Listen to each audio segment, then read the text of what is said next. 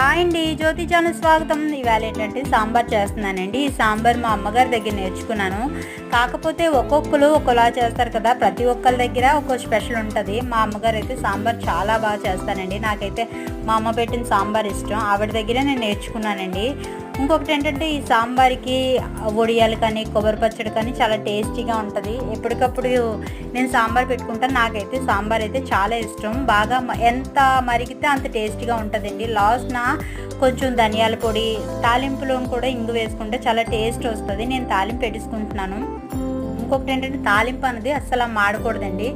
మాడకుండా దాన్ని సిమ్ము అయ్యి మెయింటైన్ చేసుకుంటూ వేపుకుంటే ఆ తాలింపులోనే టేస్ట్ అనేది చాలా ఇదిగా వస్తుంది. దీనికి ఏదైనా కాంబినేషన్ అయితే కొబ్బరి పచ్చడి, అన్నం వడియాలు అయితే చాలా సూపర్గా ఉంటుందండి. నా సాంబార్ అయితే రెడీ అయిపోయింది. వీడియో కనుక నచ్చినట్టయితే లైక్, షేర్, కామెంట్, సబ్స్క్రైబ్.